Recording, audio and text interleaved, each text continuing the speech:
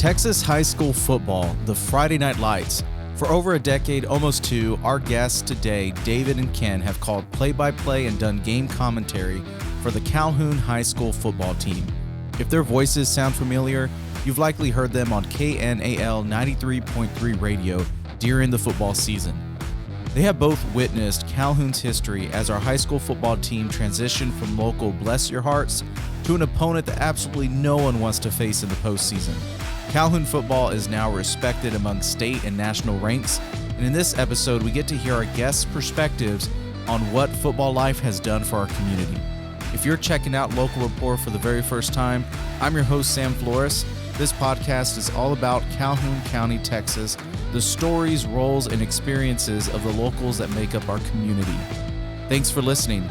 Now, on to our guests.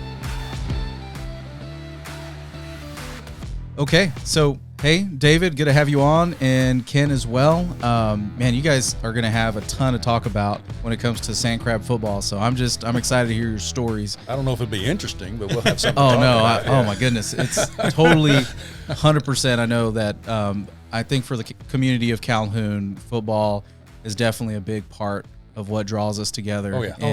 Exactly. And for these, more recent seasons that go back, to maybe in the early 2000s to now, there's definitely been a shift of culture, and it's been good, and this is no means, this isn't us, slandering the previous players and coaches. No. This is just, we definitely been blessed with a solid coach that came in, and you guys been able to see that. But before going into, that part of our Calhoun history here, just kind of want to know a little bit of your backgrounds as you made your way here to Calhoun, because I'm sure y'all both have your story on how you ended up here in this town. So I guess we can start with David, and then just, I could hear a little bit from Ken. Sure. Well, me and my wife, Cynthia, moved here in 1993. We were working for a company in Corpus Christi, a wholesale distribution company, right, that was doing a lot of business with all the chemical plants. At that time, Union Carbide, BP Chemical, Alcoa, Formosa, out of Corpus, and then our company decided to move closer, open another office, and we both worked at the same company, me and my wife, and moved us here in 93 and from Corpus. And we were kind of talking before that we got here. And, of course, I grew up in Corpus, that time 250,000 people, went to high school at Ray High School, go Texans. But we talked about, like 5 high schools in Corpus, and, a lot of people would show up at the game, but it was a big stadium, and it was just big city football. Right. And so I remember moving here. I told you, I remember moving here and telling my wife, after we got here, we moved in here in like late October, November, so didn't really go. The season was almost over. But the next year, we kind of said there's 2 things we want to do when we get to the new town. One was we wanted to find a church we could join and be a part of and serve the community. And 2, small town Texas football, Friday Night Lights and that small town. So we bought season tickets, I think, that first year. Never been to a Calhoun game a day in our life. Couldn't tell you who these people were. Right. We thought the Sandcrabs was the funniest mascot name. I'm thinking, okay, this is but to each their own, and started watching hometown football that first year, and we have the same 6 seats we've had since 1994. Same spot in the stadium. My wife goes, and if she doesn't go, she's giving tickets away because we got tickets, but she buys the same tickets every year, and we're just plugged into it, and we love it, and you couldn't get me to live in a big city again for you guys kind of bought in. No, we're small town, been here 27, 28 years. Yeah. So got roots here in Calhoun County and Port Lavaca. This is home. I said I went to high school at Ray High School, go Texans. I'm not a Ray Texan. I'm a Calhoun Sandcrab. And I didn't. My kids didn't go to school here. I didn't go to school. I'm a Calhoun Sandcrab. Right. And we're definitely going to circle back to what you saw during your time in Corpus, and then how your experience here became what it is today. Now with Ken, what got you here? Well, I went to school. Federal warrant, was it? Or no, no, no federal warrant or anything. I went to school in Bandera High School. Bandera, and I was a lineman up there. The Cowboys, right? I was that's the Bulldogs. Bandera Bulldogs. Well, it should be the Cowboys. No, Bandera Bulldogs. So we had a rivalry back then. Was Tivy, Kerrville Tivy. We played them in our district. at that time, and Kerrville's, of course, gotten a lot bigger now since then. But yeah, they've grown. We were a little bitty town. We had 947 people lived in our town. So it was a small school, small high school, but we enjoyed it. We played Randolph Air Force Base, the Randolph Rollhawks, and some of them for district games and stuff. So, but that's where I grew up at, and I grew up on the line, playing football on the lineman and up there. And after I got out of high school, I went and was looking for work. Well, my brother actually lived here, and he ended up being here because he was in the Coast Guard and stationed in Port O'Connor. And then after he got out of the Coast Guard, he went straight to work down here and found his fiance and his wife there and got married and had some kids, and they settled down here. So I came down here and actually went to work down here, and that was in 1983, and I've been down here ever since. So yeah, so you guys definitely have, like you said, y'all made y'all's roots here, and y'all been here for quite a while. Yeah. Now, I'm curious to know, you ended up getting involved with doing the play-by-play for the radio here in Calhoun. Like, where did that conversation begin? You know, did you know that was a role for the school, and you said, hey, I think I may be good for this, or did someone approach you? What? No, when I first got involved, there was a gentleman I went to church with, Ray Scott, and his son Brian Scott was playing football. Mm-hmm. And he was doing play-by-play for the radio station. And the gentleman that was with him was David Gaskamp. David Gaskamp is now the stadium announcer. Right. Mm-hmm. And he was doing it, and I think there were some issues with maybe David's work, and he just really couldn't feel like he could commit every Friday. It's a commitment, though. Yeah, it's a mm-hmm. commitment. Oh, yeah. And so he had to, for whatever reason, had to pull out. So Ray was looking for somebody. Well, I went to church with Ray, and we knew each other, good friends, and he knew I liked football. So he said, hey, David, would you like to do radio with me? And I'm like, well, what do you want me to do? He said, well, I'm going to do play-by-play. You just do color commentary. Okay. Right. And so I started, we were talking, I think 2001, I started doing it with Ray Scott. And had a good time with Ray. Some people that listen may still know, he's since moved. He worked for Alcoa, and he's moved several places with Alcoa, and he probably hadn't been here in 13, 14 years. Some people may know Ray. Okay, so he's funny guy, but a dry, just kind of dry sense of humor. Ray you was had just Ray. Yeah, you had to know Ray. He was fun to do the games with, because I think first year I told my wife my goal is to get Ray to laugh out loud at least once during the game. And so I did that with Ray, and me and Ray did it for maybe 2 or 3 years. Yeah.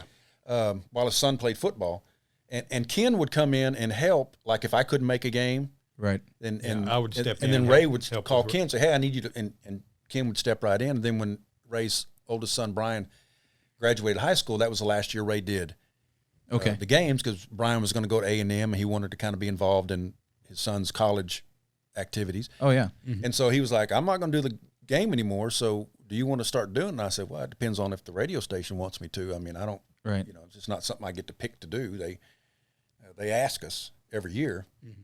And so I started doing it, and I thought, well, I got to have somebody do it, because I need, a partner. And I thought, well, Ken's done it. So, hey, Ken, you want to do it? Yeah. So me and Ken probably started together full time in 2004. 2004. Kind of in that, I think about the year before Whitaker got here, me and Ken started doing it. So Ken, you were doing radio play-by-play elsewhere before Calhoun, or was that Calhoun first? No, Calhoun was my first time to do it on the radio as a commentator. As a commentator. Yes. And then this is the first time I'd done that. Right. And my wife will tell you I commentate the football games at home all the time. She said, why don't you just do it? And she still hadn't figured out how to use the mute button to get me not to do that. So she said, why don't you go do that where people care what you say about it? Because, I've heard it, been there, done that, so. You had good practice. Yeah, I had good practice. You had great, you had We're great all practice. Armchair quarterbacks and coaches, Oh, yeah. Oh, my gosh. And the funny thing about me and Ken doing the games, me and Ken have been consistent since 04, 05, Mm-hmm. And there are times I can't make a game, or he can't make a game with work, or just whatever, something, prior commitment. And we have used other people consistently through the years. And there was a space of maybe 4, 5, 6 years we actually had, if everybody can make it, 3 people in the booth. Had a good friend of ours, Mark Hoover, that did that for 6 or 7 years before he left here and went to Clean. Bobby Hunt, whose dad used to coach here. Way back in the day, Bobby Hunt was a guy. He was great to have in the booth. Adam Lazarine, Joseph Jones is filled in. Haynes Searcy, he had on a couple of weeks ago. He's great. Haynes is funny on a football game, because I got to calm him down every once in a while. Oh, he gets hyped. That's what he told me. He's He ready to said go, he, man. he might get in trouble. I think the first time he came in the booth, he looked at the thing, goes, "What are those?" And I said, "Well, Haynes, those are chairs. You do have chairs in your home." And he goes, "Oh, I ain't sitting down." Oh my God. Man, he don't That sit is down, perfect. So That's a great response. You're getting energy then. Yeah, and I don't tend to sit down in most games, but he's like, "Oh no."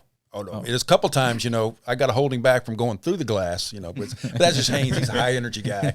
Go make a play. Yeah, Go make a play. You get out there and do it, Haynes. But no, he's a lot of fun. But we've had just a lot of different people come in and out. I've had some of my sons do it with me. I've had I've had some former football players. We love to get former football players up there. There's nothing more fun than to get a former quarterback, especially up in the booth in the third quarter. Right. And we just give him a microphone, and me and Ken just go, get after it, because they know that offense better than we ever will. Right. And they'll stand up there and call the play for the plays. They'll lean over and go, he's going to run this. Yeah, we'll have to go into that story about Joseph later on. Joseph Vargas? Yeah. Oh, he came up there to the booth? Yes. Oh, yeah. We could took us both to school on that one. We could probably spend an hour on how much we enjoyed Joseph Vargas. That's awesome. Any of the players, but right. But that's great that they were able to go there and you just were like, oh man, this is a great fit. Like here. Oh yeah, because as a listener, you enjoy learning, the previous experience, coming in with a fresh set of eyes on, this now whole different team, but yet here's, what with their experience overlaps into how they're able to view that experience. So now some players here, those who may be listening that know your role, you worked as a trainer as well. So you've personally been able to build relationships with a lot of these players that have come in. And I would imagine, the stories there are plenty. Yeah. So I want to make sure and, as that could be a whole other episode. Oh, I bet. I bet. And that's what's special about this. I'm going to do my best to see, how, we can tailor some of this, but I do want to go back, and then we will get on some of your experience there, but I do want to go back with David and talk about what your experience was as you were first starting out as a play-by-play commentator and as a commentator, with what you were seeing as, I guess we can reference this as the pre-Whitaker era or football experience that was brought to Calhoun, and just so we can kind of have, for those that maybe tuned in and the years where, we just took for granted and just expected Calhoun, at minimum, we're going to go a round or two into the playoffs and that kind of expectant. Now there was a time before that. And so and again, it's not a shot at the players or coaches, but there was a different kind of mentality. So if you were to show up at a football game, pre-05 or even when you started in the early 2000s, what did a Friday night experience look like for you then? Well, it's funny. Me and Kim were talking. I think we talked about it before we went on air. When we first moved here, we go to the football games, and it was packed. Right. The first game, it was packed, and we were thinking, wow, this is pretty cool. Right. Yeah. They get it. Oh, yeah. Small town football. Yeah. And I remember watching the team, and they weren't real great, but they weren't real bad. But I didn't have any dog in that fight. I was like, I'm just here to watch the game, Right. And the band was really good at halftime. And then after halftime, half the people in the stadium left, and we're like, where y'all? There's a football game, in case y'all are wondering. We thought, where'd y'all go? We know that everybody knows there's 4 quarters, know, and everybody was coming to watch the halftime show. The band was phenomenal. Right. They had a twirler who was just, the first time I saw her, I was like, out of this world. This is the craziest thing I've ever seen. And I wouldn't have paid attention to a twirler. Right. For nothing. And she was phenomenal. She was. Well, people were showing up to see the halftime show, which was good in and of itself because they were there supporting that part of the Calhoun experience, the band, and that was great. Back then, the Sandettes were just, not that they're great now, but back then the Sandettes were just, it blow you off the field. Right. So they were like the rock stars of the school at that time. And it was almost like the football team was secondary. Right. Which not that the band or cheerleaders or Sandettes are secondary now, but it's Texas. Let's be honest. Many so UIL state championships were, I believe, won. If it's phrased that way, I know they went to state. And they would place ones or they would do very well. I know the band was exceptional. They were exceptional. So here's a funny thing, just a quick segue. My mom actually showed me. She played flute and was, I don't know if at one point she was like first chair or played the piccolo or something like that, but. What ended up happening is they would go to state, and that was the standard. And so she showed me like their band photo, right? And so, I went to a smaller school, and we're grateful to have a band, and we're grateful to have, at least like different sections of the instruments. And, it's funny because I look at this photo, and it's one of those, like, you roll it and you put it like in this little can. Yeah. And so as I, like for those who can see on the video, like as I'm unrolling this scroll, it's like 3 foot wide of just all these band members. And I'm like, this band class is like the size of my entire graduating or just class from 9th through 12th grade in Bloomington. Like they were serious. Like this was huge. So it was definitely an experience to watch. Yeah, it was an experience. And we talked about, me and Ken are both musicians. So we at times tend to see life through music. Right. My joke with my kids growing up and everything, there's a song in everything. Everything has a song, and that's, to me, is life. Everything has a song to it. And, so we kind of look at bands that way. And I went to school in Corpus and I was in the marching band, and there was, I may get the number off by 1 or 2, but in our marching band, there was 26 or 28 trumpets, probably 20 trombones. The percussion section was ridiculous. Right. I mean, you had 20 saxophones. I mean, it was huge. And when we first started in football games, it was kind of that way, wasn't it, Ken? That size. And we've talked about it over the years, and it's been kind of sad for me and Ken as far as musicians that the size of bands are shrinking. It's kind of sad because, you can play football for a period of time, or you can play basketball or soccer or lift weights or those type of athletic things, which are great in and of their time. Yeah. But you can't do it at 58. I'm not doing that anymore, Right. But you can still play music. But you can still play music. Right. And you can still get better. And you can be better at 58 than you were at 48. And maybe I'll be better at 68 than I am at 50, Yeah. I don't know if you've gotten any better. Probably since not. the first time we met you. I pretty much plateaued, I am what I am, But So now Ken's taking his time to give you some ribbon there. Well, he can say that because Ken's a pretty good musician. I tell people I play guitar. I'm not a guitar player. There's a difference. But we've seen that with the band, especially get smaller, and it's kind of sad because we like music and we appreciate any band.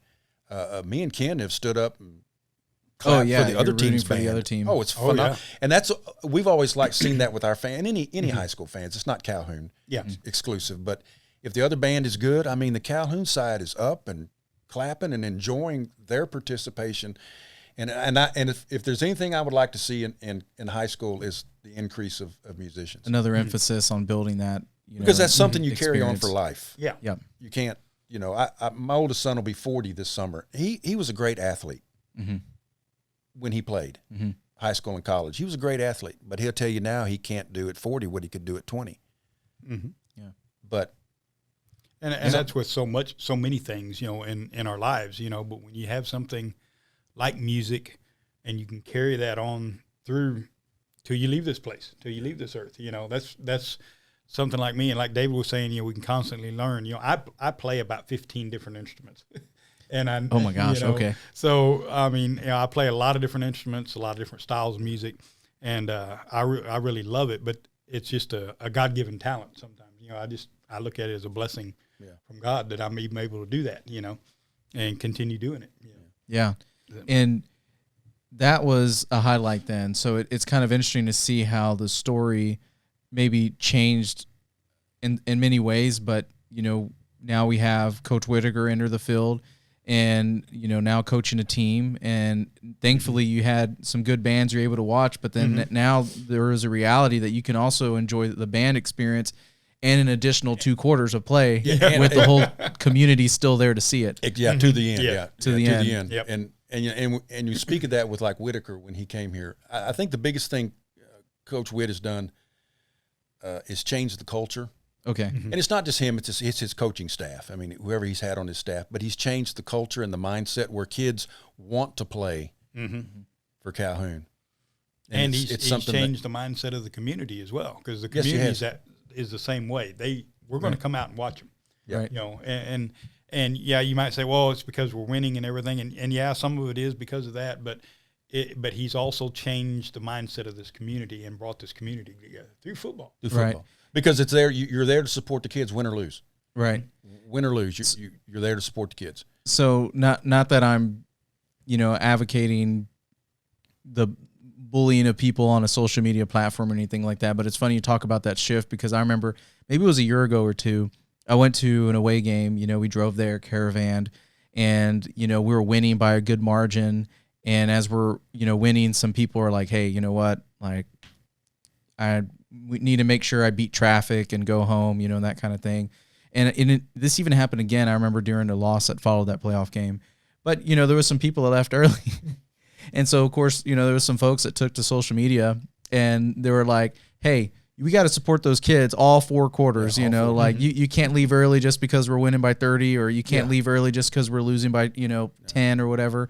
There was that definite shift that I've noticed as of recently. So you're saying, again, there was that time where that wasn't the case, but we ended up getting to that point. And I think that's just human nature. We get spoiled. Right. We get spoiled when you're successful. You get spoiled, and then you start to come to expect it. Right. And you don't realize the hard work that goes into it. I mean, nowadays, we play 10 regular season games. If we go 8-2, some people in this community just think that's a terrible season. That's amazing. And I'm like, I remember being on the radio when I would hope we went 2-8. Yeah. Right. Most right. sometimes we were 1-9 or me and Ken joke, and like I said, there's nothing against anybody before, because I've been on bad sports teams. It doesn't matter. Same here. It's all cyclical. Yeah. It all comes and goes. Right. But me and Ken would joke, first 4 or 5 years we did football, we saw more homecoming games than I've ever seen in my entire life, because Calhoun was everybody's homecoming game. Because you try to schedule a homecoming game that you think you're going to win. Right, Bloomington, Boy, you saw a lot of games. Every away game, we were the homecoming. I mean, we had more homecoming queens. We saw, I think at the end of the season we picked our favorite homecoming queen. Well, I think it was the girl from, and now.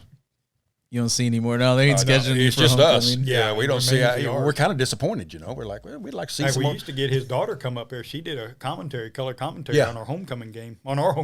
Yeah, my youngest daughter for several years, Misha, she would come on at halftime when they were doing, and she'd comment on the dresses and all the stuff, because of that. This is not me and Ken's strong suit. Is not homecoming. Like, hey, let's get someone up here, just like you get the player's perspective. Yeah, let's get someone up here and she can talk that. about the dresses and stuff. Like, of course, as she kept doing that, she got older. The girls that were 3 or 4 years younger than her that came up through the youth group at church, and then she'd be like, and then she'd go, "What?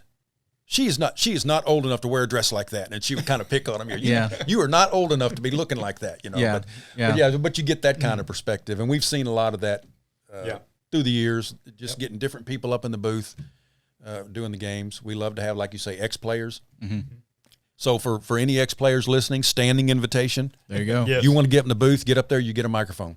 Because this, the ex-players, me and Ken know this. We know the offense. We know the team. We don't know them. We don't know the offense like the ones that run the offense, Especially when it's so fresh. Like it was literally the offense that they were in. Yeah, maybe the year before. Or two before. Yeah, the year before. And I guess if you want to tell the Joseph Vargas story. Joseph Vargas, for those who don't know, was a quarterback for Calhoun for 3 years. He started his sophomore year. We have a lot of favorite players over the 20 years. I have a lot of them. Joseph is up there with a lot of them. I'm not trying to say he's the best I've ever seen on the field. I could probably tell you who I think's the best I've ever seen on the field. But Joseph was just fun to watch. So he came up and did a game. I think that we finally talked him up in the third quarter or something to some game. Maybe it was a year or two after he graduated. It was a couple of years ago, and I've been bugging him because I worked with Joe also training him and in the gym and stuff, and finally got him talked into coming up there, and he came up there, and David, we just put our microphones down and let him talk because he was at first he was whispering. He wasn't on the radio. He kind of whispering. He's whispering. He's like, "Watch, the quarterback's going to run around this side over here." I say, "Here, and microphone, then sure enough, he'd do it because it kind of reminds me of the almost the equivalent of Tony Romo going into the booth. Yeah, after he's calling NFL. Joseph Vargas was doing that. He He's was doing calling that. plays from the word go, or he'd say, the play would be run on first down, and he'd go, coach is running that play because on the third down he's going to run this play. 2 downs later. Sure enough. And on third down, he ran that play because he just knew what the coach. He knew what Whit was doing. He was setting a team up for something, and so it's. And he could tell just how the team lined up on the line of scrimmage. He could tell what play it was because that was the only play that they did that particular lineup. Wherever that lineman were guard or wherever he was set up, or the the tight end or anything, he knew exactly what that play was. So it was pretty neat having him up there like that. Now, wasn't Joseph wasn't he the quarterback on my favorite play Calhoun's ever run in the Alamo Dome? Was he the quarterback on that 2-point conversion? I believe so. I believe so. We had a playoff game in the Alamo Dome. I think we were playing Pflugerville. I believe they were in green, but I think it was Pflugerville. Right. It was a tight game. Pflugerville was good. They could throw the ball all over the place, and we could run the ball all over. I think each team there was like 1,500 yards of offense. Oh, my God. All ours was running. All theirs was passing. Like a half a season's worth. It was almost like defense go sit. Because no matter what they did, they couldn't stop our run. We couldn't stop the pass. It was just back and forth. And we were down late, and Joseph took the team down the field and scored a touchdown. We were down by 1 point with a minute 6, minute 8, just barely. Now, conventional wisdom is kick the extra point, kick off deep. Hopefully your defense makes a stop. You know, you can let them go 90 yards, just don't let them go 99 yards, you know. Right. And so the conventional wisdom is kick the extra point. And I remember doing the game. It was me and you and Mark. Mark Hoover was in there, and Mark's like, you got to kick the extra point. You got to play for the tie. You got to play for overtime. And I looked at Mark. I said, we're Calhoun. We don't play to tie. We play to win. And I remember Joseph coming up the line of scrimmage and looked over at Coach Witt, and I think Witt probably just gave him that look, like, you're my guy. What do you want to do? And Joseph kind of went, let's do it. I remember saying on the radio, they're going jumbo. They put big guys, and that Brandon Griffith was the fullback, I believe. Yep, Brandon. Phenomenal fullback. I do remember when he played too. He was good, and they went jumbo and punched it in for 2. I mean, it was like the whole place went crazy. And I said, we're Calhoun. We don't tie. Yeah. We win at Calhoun. I mean, but that was, to me, that showed something to me real quick with Coach Whitaker. Because he could have kicked the extra point. We'd have made the extra point. Defense probably would have stopped. The thing about it, if we didn't stop their offense, we could have scored in 20-something seconds. Oh, my gosh, yeah. We could have come back and run it off 80 yards. But he looked at his quarterback. Right. This is just my interpretation, and said, you got us here. Go win it for us. And I think that's the culture that Coach Whitaker has instilled in them kids. Mm-hmm. You know what you're doing. You know your job. You know your task. Right. Now go do it. Now go do it. If it doesn't succeed, but you did what you could do, and that's all we ask you. Do what you can do. Yeah. And I think that's the culture that Whitaker's brought here, and his coaching staff. Coach McFall, the defensive coordinator, has been phenomenal. Their weight program is just, the girls' weightlifting team. I don't need to say any more about they're killing it right now as we speak. I mean, they won 13 state titles. Yeah. You know, they should be like team of the decade for the whole state of Texas. Any sport. I don't care what the sport is, the girls' weightlifting team. Yeah. You know, and so there's that strength and conditioning especially with the big offensive linemen. When the fourth quarter comes around, they're leaning on you, you're not leaning on them, and then the game's over. Yeah. You know, at that point, and when we can impose their will across it. And it's just it's that whole coaching staff, I think, that Whitaker is, which is going to be hard to replace at some point because, you know, we all, no matter what we do for a living, are going to retire at some point. Right. And that's going to be hard to replace that culture. But I think if you build that culture, once you're gone, that culture can continue because the players then expect. Yeah. And I think that's what Coach Whitaker has done all the years he's been here. He's grown it and made it bigger and bigger and bigger every year. Yeah. So that I think that when he does leave, you know, even whether it's one of our coaches, staffs here that takes his position, you know, or applies for his position, gets it, or if somebody else moves in, they're going to see what is here, you know, and they'll take off from it and just carry it on, I think. Yeah, he's going to build that culture where the next coach, like especially if it's somebody that comes from the outside, he's going to walk in the first day. And a lot of times a new coach and a new program, and I'm sure Whit did some of this, trying to tell those kids when he first got here, hey guys, just hang with me. We got a program. We're gonna develop it, you know, and try to instill that. The next coach is coming in is not going to have to make that speech. The football team's going to make that speech to him. Hey, new coach, we win here. Don't mess this up.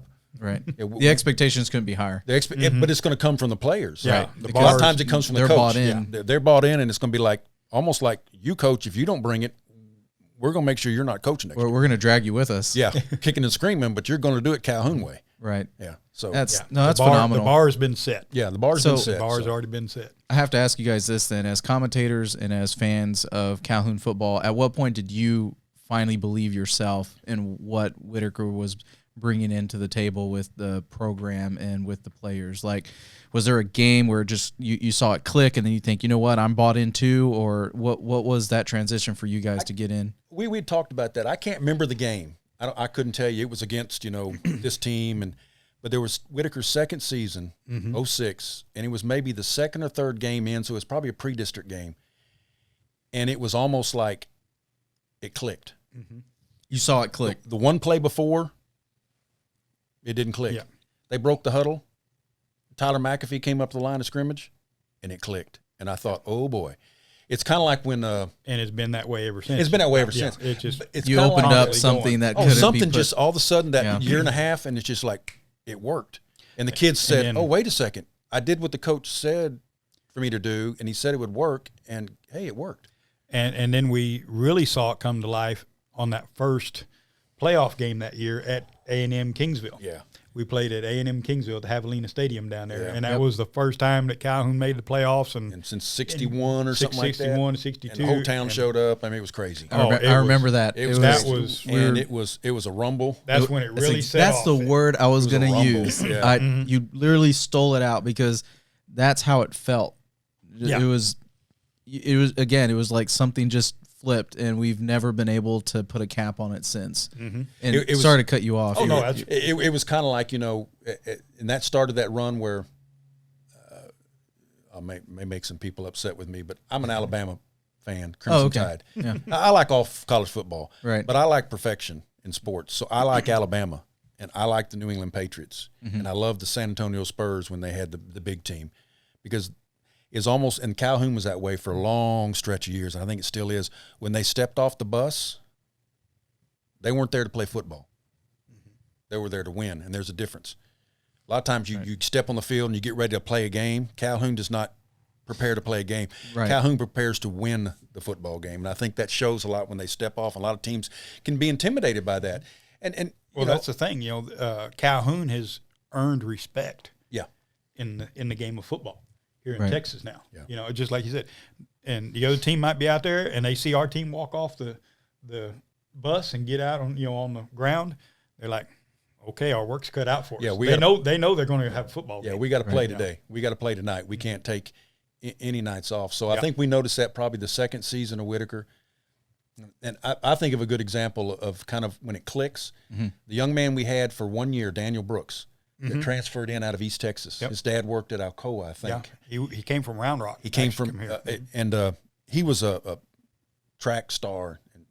Fastest kid I've ever seen on a football field was Daniel Brooks, who went on to play for Oklahoma in college.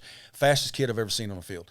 But he came from probably an offense where ever since he was 6 years old, he got the football every time, and you didn't give it to anybody else. Why would you? Right. And so he came from that type of offense, almost a straight I back or single back, and if the quarterback wasn't throwing it, he was turning around and handing it off to Daniel, and Daniel was doing his thing. Well, he gets here, and you're not the featured back. There's four of them back there. And it just depends on the game. It could be any of the four players could get the y'all yardage. are pretty stacked. I remember, And it was kind of fun to watch Daniel Brooks that first 2 or 3 games. He just didn't get it. That young man had probably never been asked to block a day in his life. I don't block for you. You block for me, because nothing against him. He was just that good. Yeah.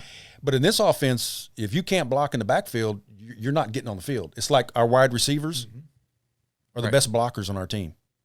Yeah. And I will stack them against the offensive linemen as their ability to block, because if you can't block as a wide receiver to seal the edge for that run around the end, you're not playing wide receiver. So they can really block. So colleges, if you're looking for really good blocking wide receivers, come to Calhoun, you've got them. Yeah. But it was a game we were playing Cal Allen. In Cal Allen, on the radio, and Daniel was really trying to figure out, and basically I think what he was trying to do was figure out, like a basketball team, how can I move without the football? Like when you play if you play on a basketball team that does a lot of movement, you have to learn to move without the ball. Well, Calhoun's offense, in the backfield especially, you've got to learn to move without the ball, because you got to be in a position to get the ball if it's coming to you. And I think he was struggling with that a little bit, because he just never had to do that. Yeah. And I remember they ran a little counter play and pitched it out to him. And I think he gained 9 yards, which is good average, nothing wrong with that. He gained 9 yards, and I remember he got up and I looked at Ken and I said, uh-oh, he's figured it out. And it was just that one play where I think the field just opened up for him, and he realized, oh, I see, we're moving people, and I'm finding open spots. And from then on, it was just, this kid he touched the ball, you couldn't touch him. Because he figured out how to move with it. He figured out Whitaker's offense. You got to move without the ball. You've got to be ready to get the ball at any moment, and especially with our quarterbacks that have been real good. The good ones it's almost like Magic Johnson running the Laker offense. It's no-look pitches. Yeah. It's run this way and plant an inside foot cut pitch, and if you're not ready, you're going to look real dumb real fast. Right. You equated it earlier before we started recording. We were just talking a little bit about that. You said like they're like a point guard. Oh yeah, quarterback's like a point guard on this team, and just making their calculations and just keeping like you said, getting the team moving. Yeah, come up to the line of scrimmage, and if you as a defensive lineman or a linebacker, I've never had the privilege of seeing our quarterback face to face on the field, but I can imagine him stepping up, and if you're the linebacker, right, and you just happen to do this 2 inches, the quarterback's like, "Oh, son, that was the wrong move." Why'd you do that?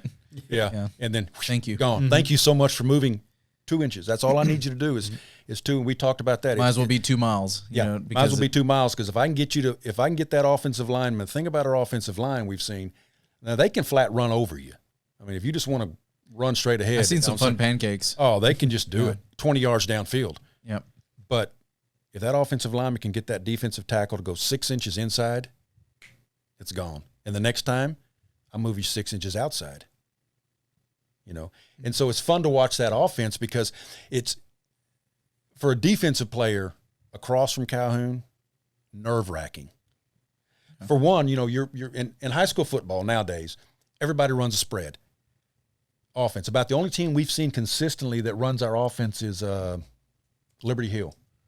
Yeah, okay. Liberty Hill runs our same type of offense. So when us and Liberty Hill have played 2 or 3 times, it is brutal. Yeah, we always meet them in the postseason. Yeah, it is just, but it's a tough game, because we know a team that's used to, in practice, guarding 5 receivers, and all of a sudden there's only 1 receiver, and you don't know what to do as a defensive player. Right.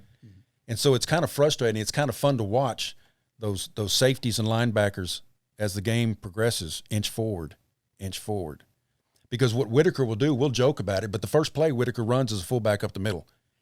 Every team in Texas knows the first play is a fullback up the middle, and he'll still run it. Very seldom doesn't he do it, because what he's doing is, if you're going to give me up the middle, You'll take it. Yeah. Because our offense is a lot of rolling and pitching. Well, that's, once you release that ball, there's danger. Oh, right. If it's not right, there's a fumble or something. But the easiest play, other than the quarterback behind the center, is just turn around and give it to Steven Johnson. And if you want to let him get 285 up the middle, he doesn't care. And the players don't. So you'll see games where, like this past season, just to use this past season, Steve Johnson will have 285 as a fullback. Yeah. In the next game, he has 60. And it doesn't bother Steve Johnson, because he only had 60, but guess what? He had 140. And Jarius Stewart ran for 185. Because you see that defense start to inch up, because your job is to stop number 44. And so you start inching up and inching up and inching up. And the minute you get past this little imaginary inch up line, Stewart goes that way with it. Gone. And you're here, and everybody's within 8 yards of the line of scrimmage, which you would never coach in football. You don't do that, but that's human nature. And then they're gone, So, and then what does the defense do? Yeah. Back up, and Steve Johnson just runs Let's try down this your throat. again. So it's just a Deja chess vu. match. Yeah, deja all over again. Yeah. And you mentioned before, there's certain teams that you've learned to appreciate the art of the consistent push to win, not just play. And so that's thankfully, the culture we've been blessed to have here, is where we're expected to win no matter what it takes. And so obviously it takes players bought in to realize, hey, I'm not going to be asked to be the hero game in and game out, but I'm going to ask to put our team in a position to win game in and game out, regardless what my stats look like. And so that's actually a perfect picture that you painted there on what that looks like, for our players. But it's almost like and me and Ken can relate to it. It's almost like a band. Okay. Where sometimes the drummer is the feature for whatever reason, and sometimes the guitar is, or the keyboard is, or the lead guitar player is, or the singer is. And if you're not willing to, find your spot, and then there's nothing worse than being in a band and having a lead guitar player that thinks he has to be loudest and play every single note and fill every single measure. Yeah. That doesn't work. Sometimes the best note the lead guitar player plays is the one he doesn't play, because there's that moment of silence, and that moment of silence speaks volumes. Right. Or just that one note. We've played a lot over the years with Bill Elliott here in town, an older gentleman that can really play guitar. And I used to tell Bill all the time at church, Bill, that one note in the second verse, I'm done. One note. But he learned, a good musician learns where he fits. Right.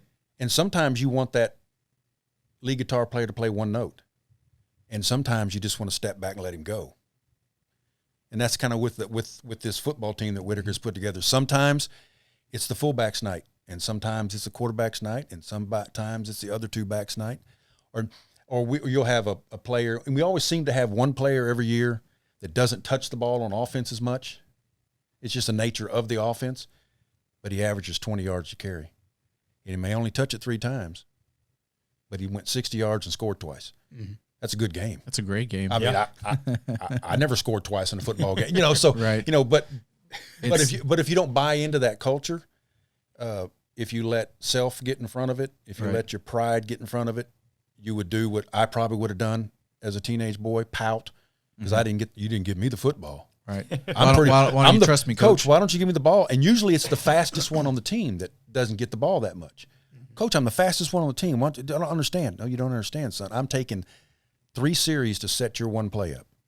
Mm-hmm. But when it hits, because you'll see the cornerbacks will start to sneak in because the fullback up the middle or the quarterback off tackle, and they start to do this and they start to do this, and then the quarterback steps to the right, fakes it, spins around, pitches it, and the only thing stopping you from scoring is tripping over your own shoes because you're wide open.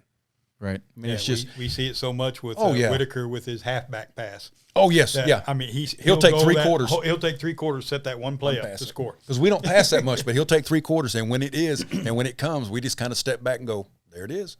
Yeah, just drop it. Or he'll spend 4 games setting up the annexation of Seadrift, which is a funny play.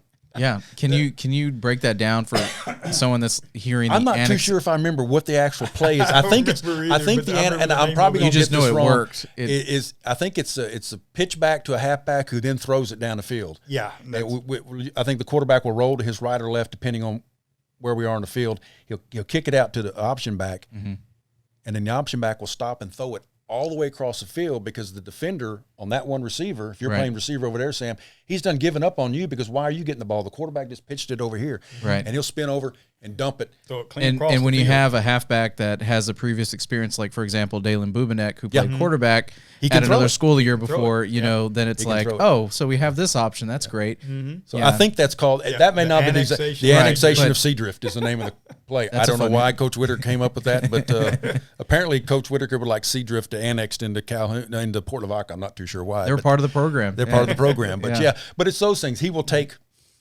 that time to set up patience. But there's a payoff. There's a payoff in the end, and man, that's lessons for life. It is. If you're patient, which I'm not, there's a payoff at the end somewhere. If you're if I can make a spiritual reference, if you're faithful in the little things. You're the one of the backs that doesn't get the ball that much, but you're faithful in the little things. When the play is run your way, you seal the block and push him out. You turn him in. Yeah. You pursue down the line. You block where you're supposed to. If you're the receiver, right. You do your assignment. This is your assignment, and you're faithful in the Scripture speaks to that. You're faithful in the little things. Yeah. Yeah. So the payoff is I'm faithful here for 3 quarters. I'm not seeing the football. And Mama's mad because you haven't given my son the football yet. And then all of a sudden. That doesn't happen. No, that never happens. And then all of a sudden, boom. Right. You're the hero. Oh, we could go into some stories on that, too, about why ain't you mention my kid? Yeah. Yeah. Well, and that is funny because I'm terrible with names. So, And I did want to go that way, too, because, I'm hanging on every word you're saying here about what that looked like on the field because it is exciting to see the payoff and it is exciting to see that this did take, buy-in from everybody. Yes. So I am very much wanting to hear from your end, Ken, as a trainer. What did that look like on your end? Like, how did you see the buy-in from the players? Well, that was one of the deals. And like I said, I've been a certified personal trainer, and that's what I was and still am. But working with these kids, they would come after school and come over and work with me, and they were saying, man, we got this new coach. I remember when Coach Whitaker first came in, and man, we got this new coach. He's got us doing this, and we're going to be doing that. And I said, well, that's good. You know, they were working harder than they. You saw them sweating. They were sweating and really working hard. Well, and then as Coach Witt started talking to some of these players, say, okay, look, I'm going to use you here in the fullback position, or I'm going to use you here. And once he started molding his team, and he started getting them into a training program at the school itself too as well, then those kids started coming to me. A lot of those athletes started coming to me and say, hey, would you help me? Would you train me? And I said, well, okay. what are you looking for? And they said, well, I'm playing here in this position here, and I want to get better and stronger and faster. And I said, okay, we'll do that. And it got pretty busy for me for a while there, because once I started working with some, and they started seeing results and started benefiting word from got them. around. Yes, the word got around, and then I started having a bunch of people. One of them was Brian Scott. We were talking about Ray Scott's boy. The funny story about Brian, it's hilarious, but anyway, continue. Which one? Oh, okay.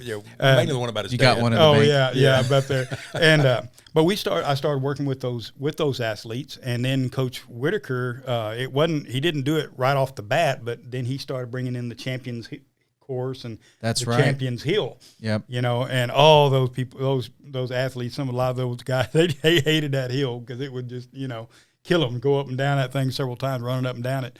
But it was benefiting them, and they started realizing later what Coach Witt was doing and what I was doing is making them bigger and stronger and faster and better athletes. Right. But, Coach Witt would what really gets to me and touches me sometimes is you'll see Coach Witt on the sidelines, and he'll throw his arm around one of the players and talk. If they might have had a bad play or something like that, And sometimes he'll get on them and get a little stern on them, but other times he's like their father figure to them. So a lot of them, Right. because he's always right there, and that's what I tried to do with a lot of the kids. They'd come up to me and say, "Hey, man, I did it. It's all right.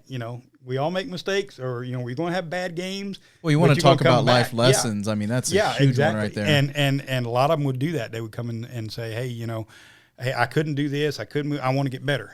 Okay, and let's do it. And you kind of mentioned that with Coach Whitaker, and he can be harsh on players, but that's okay. You're men. Mm-hmm. If you can't handle that, then don't. If you can't handle it, don't play a sport. Mm-hmm. There's a time to be harsh on people because you're trying to teach them something. Mm-hmm. As long as it's not personal, you're okay. Right. He's not making it personal. But I see with Coach Whitaker is when he gets upset with this is just me from my perspective. When he gets upset with the player, he's not upset with the young man. He's upset with the fact that we've gone over this and we've taught you this, and if you just do what I tell you, in a good way, not like do what I tell you, but you know what I mean. Mm-hmm. This will work for you, and the reason it didn't work for you because you didn't take that extra step to the left like we practiced all week, and all week you killed it when we ran that play, and you got here and you forgot it. Mm-hmm. And I think it's just not upset with the players, just upset with you know better. Right. This is how it's done. Yeah. There's a level of execution that he expects out of his players, and it goes both ways with that.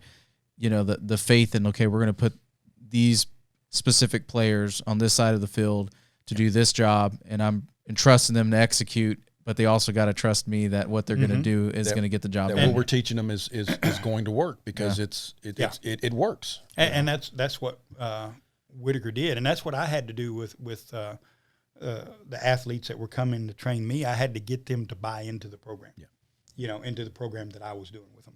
And once they did, and they started reaping the benefits and seeing it, it just totally changed them, And I've seen kids that were, down and out or depressed or this and that. Next thing you know, they're just happy, confidence in them. Hey, man, I know I can do this, and you get out there and do it, And it blesses you when you see them do it. Yeah, because I feel like we hear a lot about the names that are in the paper, like when it comes to the explosive plays they made on Friday Night Lights. It's in the paper. They probably got some airtime on the footage, and I'm curious to know if you've seen some players that come to your mind, and if you're comfortable saying their names or sharing their stories, as far as like maybe it took them a little bit longer to get to the Friday Night Light platform to yes. And I'm just curious to know if there's some players or stories that you found encouraging that you saw with your own eyes in that way. The first name that comes to mind, just because I really know the young man, is Leo Calhoun. Okay. Leo. Yeah. He played 2 or 3 years varsity, offensive lineman. Great offensive lineman. But Leo was funny because it would be almost like every game going in, I'm going to get at least 1 or 2 offsides. Oh, really? Okay. I'm going to do it because Leo was so in tune on what he was doing. He was so ready. He was just keyed up and ready to go that he would just jump off sides. Yeah. He would just jump off sides. And it was just like, and it wouldn't always be at the wrong time. Any time off sides is the wrong time. But, Right. and I would joke with Leo, Right. but he would just, and I remember one game he went off sides one play. And you could see him. He was mad at himself. Come on, you know. Sure. And then next play, he jumped off sides 2 in a row. Oh, wow. Back to back. It was like, oh, man. Third play, he jumped off sides. He jumped across the line, turned around, ran to the sideline. Just said, because he knew the coach was about to pull him off. He just stood there. I think he ran to the sideline, turned around, and started doing push-ups. Just like, I've done messed up. But He knew the routine. He took himself to the bench and started doing push-ups. Took himself to the bench. Wow. But you know the thing about it? Had a head start. Yeah, he got but the thing about it, when he got it from the push-ups, Whitaker put his arm around him, didn't yell at him, put his arm around him, talked to him, pat him on the helmet, sent him back on the field. That's amazing. And the thing about Leo is he would block until the whistle stopped blowing.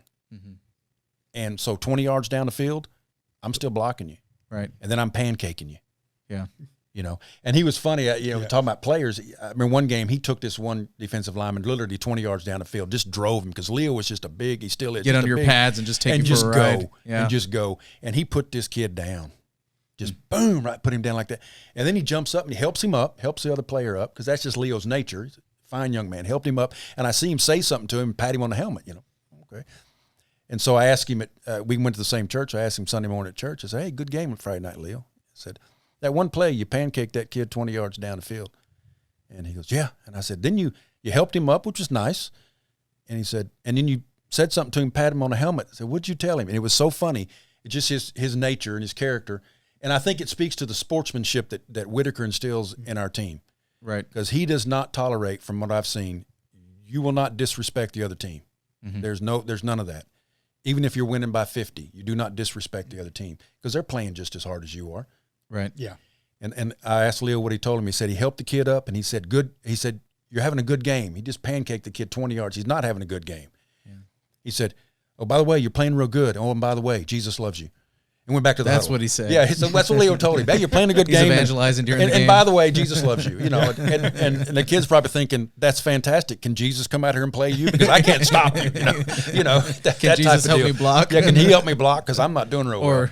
Well, I'm sorry. He would be trying to get to the ball. But I think that not only just I just use that with Leo, Yeah. just because Yeah. we know Leo, and I still kid him about that. But Right. But no, that's a great example. But I think that shows just that respect that is required of our team towards the other team. Yeah. It's required. Yeah. Because, you know, if not for good coaching, that could be you getting pancaked 20 yards down the field.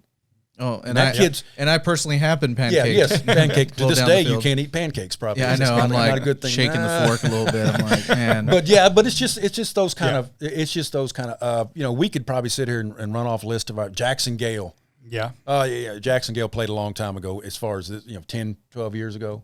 He was fantastic. Yeah. You know, he just one of those players that just, you know, he just played hard. You know, and when I think about Calhoun football under Whitaker, a lot of people think about, you know, the quarterbacks, and we've had some good ones. You know, running backs, we've had some great ones. Offensive linemen, we've had just beast on the line. Oh my gosh, yeah. You know, and just a lot of different players that we like. And so I think about that. But, you know, one thing, and we talk about this almost every year when especially a new kid comes up to varsity, if he's a middle linebacker, inside linebacker, he better be ready because there is a long history of fantastic inside linebackers at Calhoun. Yeah. Just anchor that defense. And a lot of people don't think about that because offense is flashy, defense is not. We understand that. I've played both sides. Offense is flashy, and we think about all those guys. But those middle linebackers, and going back to Jeremy Boyd, Jimmy Collins. Jimmy Collins was the first one in Whitaker. That guy was a beast. Skyler Blinka, who still has the best hair of any football player I've ever seen. You know, and he still does. Last time I saw him, but Skyler Blinka, Matthew Skyler. Stringham. Yep. those guys, Trevino, Martinez, just you anchor that inside of that defense. Man, I think I remember Alex Trevino playing. He played was a freshman. Yeah, he played 4 years he played 4 on the years varsity as a starting inside linebacker. Blows me away. Like, not because the team was bad and we just had to put bodies out there. Right. Because we were good. Yeah, no, you are great. He probably played on our state semifinal team. I'm trying to think back when he played. There's been so many. But I mean, he played on a team that was dominant. Right. I mean, went 12-1 that 13-14-1 that year. Yeah. Lost one game his last game of the season. And he was the man in the middle that was stopping other teams for 4 years. You know, and just that confidence that Whitaker or Coach McFall, the defensive coach, that says, I see you as a freshman. You're good. So I'm going to turn over my defense to a 15-year-old. Yeah. I got 3 sons. At age 15, I don't know if I'd have turned them over to anything. I mean, they're 15. Right. How are you at 15, right? Right. My mom jokes all the time in the state of Texas, you can legally kill your 15-year-old son because they're fairly worthless at 15. But the coaches said, no, this young man at 15, he can run our defense. Right. And you instill that. Well, at 15, if a coach tells you that, right. Man, that's everything. And it goes back to, you know, again, we're going to do whatever it takes to win, and we're not going to be boxed into, oh no, this needs to automatically go to a senior. This needs to automatically go to who we've already maybe have groomed, and it's just like, okay, what do we got now? We're adapting week to week, and we're going to go out there and beat this next team. Yep. So, well, you know, that's where it comes into where we have a lot of the athletes, and we have a lot of them now, but especially when the program first started, and we started getting in high school, we started getting the first of the Pee Wee football leagues, you know, the Calhoun County Youth Football League Association. We started getting those players up in there. Well, you know, back then they were actually throwing the football and everything, you know, and then they come over into Calhoun and it's like, no, we ain't doing that, you know, and they're like, what, you know. And so many people got upset about it, you know. At that time, man, he's thrown all his look at the arm on this career, kid, you know, and it's like Coach Witt's like, I don't need it, you know, I don't want it, you know, but they will sit there and take them in, groom them, and mold them and shape them to what they need, and that's what Whitaker does. Whitaker is excellent, I mean excellent, on seeing people's talents. You know, he sees that kid. Hey, that kid can run. I know where I'm going to put him, you know, or man, that kid can block. Okay, this is where I want you, you know. Right. And you're starting them at a and you know, and the verbiage is probably the same. And so when that kid gets to a varsity, it's not a whole different ball game for him. It's like I've run this same play since I was 12. Right. And so that's where, you know, being in South Texas, I've always said with Calhoun, there are certain teams in South Texas traditionally that Calhoun and Whitaker wanted to be. And there's nothing wrong. You want to be Cuero. Yeah. Cuero's good. Consistently, Cuero was good. You want to be Cuero. You want to be Cal Allen. Cal Allen was good when I graduated high school in 81, and they're still good. Why? Because they built the culture there. And so you want to be that program. You want to be Gregory Portland. Yeah. When I was playing, Gregory Portland they were stout. They were bad boys when I played, you know, in high school. And you don't forget that. Like, you never forget playing great teams. No, and then you had a little Calhoun over here. Right. And now other teams look around and go, we want to be Calhoun. Mm-hmm. What can we do to be Calhoun? Yeah. You know, and Ken mentioned earlier, you know, everybody knows the Sandcrabs. Several years ago, 4 or 5 years ago, me and my wife were up in the Dallas area, and we went and toured the AT&T Stadium, the Cowboys. Yeah. You can do the tour thing, you know. Yeah. So we did the tour thing, and we looked at the locker and went on the field, and we walked through and all that kind of stuff. I think it was a year after our semifinal year, because I remember walking by the radio booth up top and looking at my wife and going, I was one game away from that, because it would have been at AT&T Stadium. Mm-hmm. Yeah. And so we're talking as we're going through this, you know, they're football fans. You're not taking a tour of the Cowboy Stadium unless you're a football fan, other than that. Well, a guy was there, and he had a friend of his from California. He was a Niners fan, but he wanted to tour the Cowboy Stadium because he respected the history of the Cowboys, being a Niners fan. And the guy, his friend, was a coach with South Lake Carroll. Now, South Lake Carroll in the state of Texas is big-time football. Mm-hmm. And so we're talking, and this and I happened to, we passed by, we were up at one section that you had like home radio booth with a Babe Laufenberg and Stram do the radio, right? And I said it out loud to my wife, loud enough where if you were around me, you could hear me, you know, just in talking. I said, hey, I was one game away from that booth, you know. And the coach for South Lake Carroll was behind me. And he said, who do you coach for? I've said that. And I said, no, I said, I don't coach. I said, I'm a radio announcer for my local high school football team. I said, we lost in the semifinals last year, and I would have been here. And he goes, oh, he said, well, I'm a coach at South Lake Carroll. He said, who do you do radio for? I said, with the Calhoun Sandcrabs. And he goes, oh, we know the Sandcrabs. I said, really? I mean, this is South Lake Carroll. Yeah. Dallas. Oh, yeah. I said, really? So we kind of struck up a conversation. He said, we study y'all's film. Yeah. You guys are on the radar. And I said, why would you study our film? We're in a different division. You'll never play us. He said, we might play a team somewhere that runs your offense for one series. And if we're not ready for it, we're in trouble. He said, we study y'all. Oh, that's phenomenal. He said, we know who the Sandcrabs are. He said, y'all are phenomenal. Yeah. He said, I wish we could pile up yardage. He just talked highly about the Sandcrabs. Right. Because he understood as a coach, you've got to study everything because you never know what a team's going to throw at you. And he said, we may play a team that runs 4 or 5 wideouts, and all of a sudden one series, boom, they morph into this other offense. And if my guys aren't ready, we're in trouble. Yeah. And he said, if we're in trouble one series, that team's going to keep doing it. He said, if I can prepare my defense to handle your option offense one series, nip it in the bud, they'll never do it again. Right. He said, so smart. He said, we know the Sandcrabs. So we've earned that. I think Whitaker's coaching staff and his style has earned that reputation around statewide and national. So a couple of things, as we eventually land the plane here, I do want to know a couple of things. What are some fun stats of whether records we broke or things of national standing or statewide standing that you guys know of that are pretty fun for us to know? Wow. Well, we had that one season. Pop quiz. We had that one season where we led the nation in rushing from the line of scrimmage. Mm-hmm. So we were number 1 in the nation. Of all high school, private, public school, nobody rushed for more yardage than and all 4 the quarterbacks and all 4 backs were over 1,000 yards each. It was nuts. Mm-hmm. I mean, it was just but we've had seasons where we finished second and third. Yeah, because we can pile up consistently. Pile up yardage. I think Steve Johnson's junior year, he was the number 1 fullback in the nation in rushing, and not just a fullback, but he was number 1 fullback, but he was like number 8 running back. Yeah, in the nation. In the nation. Mm-hmm. Out of not in Texas, thousands of schools. Out of thousands of players, the fullback in an option offense was like number 8 or 9. If I'm close to that, but it was. You look at it and you go, see, that's out of this world. Yeah, I remember the game where Marshall Batts, who was a quarterback 3 or 4 years back. In fact, I talked to his dad yesterday, Brian, and Marshall's a junior at A&M, so it's been 3 or 4 years. Mm-hmm. When he was a senior, he was running the offense, 385 yards in a game. Yeah. In a game. That's respectable. That's pretty. Yeah. I mean, quarterback. It's all right. But I mean, just those kind of things that just they kind of jump out at you. The time we've led the nation in that rushing. You guys are going to be doing play-by-play for a team that was going to be setting nation and state records. How fun is that? Oh yeah. Yeah. My brother is older than me, lives in Wimberley. Yeah. And he will on Saturday mornings check the sports box score for the Sandcrabs. Yeah. I was telling you, I have a grandson who lives in Rockport. He's 7. Jace is all about football and stuff, and Jace is just great. But he wants to play football when he gets older. He lives in Rockport.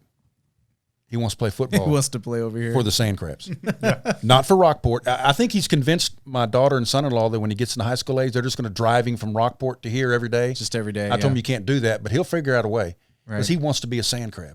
Well, why does he want to be a Sandcrab? Because we lose every game? Because we're terrible and we're not coached well? No. He wants to be a Sandcrab because he comes to games and he sees what Coach Whitaker and his staff have done. And he wants, at 7 years old, he understands enough that he wants to be a part of that. Yeah. He wants to go where the winning is. Mm-hmm. Well, it attracts people, right? Not certainly. not just fans, but even people they want to play. They're like, man, I'll play for that coach, or hey, I want to play on this team. I'll play for or this town. Well, we had that happen. Well, back that's probably been about 10, 15 years ago. You remember there was almost some scandal going on, or thinking there were scandals. Oh, that we're recruiting or something. That we were recruiting. I mean, because we had people from Bloomington coming over and playing over here, and we had people from. And as a fellow Bloomington, I was happy, Yeah, like they did. That was, some guys that I played with, a couple of guys I know that I did play with that, you know, it did happen to where they ended up here in Port Lavaca, and you know, and I know they enjoyed having playoff success, and you know, there wasn't like sour grapes for me or anything. You know, we're just like, hey, those are our friends, and we're glad that it's like, hey, tell us. You know, at least for me, I was like, hey, tell me what was it like? You know, what was it like? Yeah, you know, going in deeps in the playoff, and you know, getting to hear your, and you know, I was able to tune in, and listen to the games on the radio for the ones that I wasn't in person, and then also just to see them play at the Alamo Dome. You know, super fun stuff. And so, but you're going on further than that. You know, and well, there was just some incidences, you know, where people say, "Oh man," you know, and you know, all of a sudden the radar's back on Calhoun again, but about different things, you know. Right. Like, okay, are they recruiting people? And it wasn't, you know, a lot of people in the community, you know, some of the people that really weren't following the program back then, you know, they were trying to see what they could figure out and everything. And it's like, look, people, these people are coming over here to play football. But I tell you one thing that changed, and I was. One thing good that came out of this last season, you know, with being COVID and everything, with us doing the radio, when we started that new page, the Sandcrab Radio, on Facebook, and then all of a sudden the school started doing YouTube, we started having people from all over the country listening and watching on Facebook, watching our program. Yeah, and we'd look at them, and they'd be from Missouri and Arizona, and you know, just all over the country, and it was like, to me, that was exciting. Now, some of them were Calhoun fans, ex-Calhouns. But some were just happened to find it, and I thought, man, this team is good. I have an aunt that lives, my mom's older sister, and Aunt Nina's in her 80s, and she lives in Granbury, home of the Granbury Zebras, one of the great mascot names in the state. Well, they won state like two years in a row. They're good. Yeah. And she was torn this year on whether she was going to get out her computer on Facebook and watch her hometown Zebras or the Sandcrabs. One, because, you know, her nephew was a play, but she liked watching the Sand. And then I'd get to see her, me and my Aunt Nina, who, you know, I've known since I was born. She's 80-something years. I got to sit down and talk Calhoun football with my Aunt Nina. And she just loved it. It was so much fun for her to watch, you know. And then we'd had this back and forth. I'd ask her how the Zebras were doing, and so it's just kind of that community that is built on, you know, it's built on excellence, and it starts with the coaching staff, and it instills with the kids to want to win, to want to be good at what they're doing, never in a braggadocious way. Because, you know, me and Ken will tell you, and anyone else, we've been to played against some teams. Sure. That I would have yanked that young man off the field so fast. You know, just the attitude of some players, and it's not it's anything in life. A lot of people, and Calhoun's not that way. Now, every once in a while, does a young man get upset and say something he shouldn't and push a player? Well, certainly, no one's perfect. Right. We're not perfect, you know, as far as that goes. But that's not a mentality. It's an exception to it's a vast exception, and it's stopped immediately. And a lot of times, it's stopped by the players on your own team that say, we don't do this. That. Or you play other teams, and that's the expected is that you brag a lot and you get in people's face, and I'm this and I'm that. And Calhoun's like, you can brag all you want, but you might want to look at the scoreboard. Yeah. Because you're down by 4 touchdowns and it's the first quarter.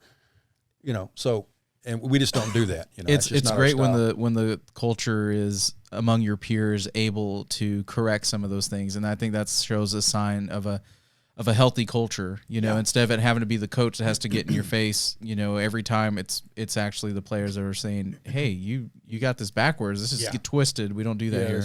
Well, we talked about Leo earlier. Right. His nickname, I call him all the time, Sheriff.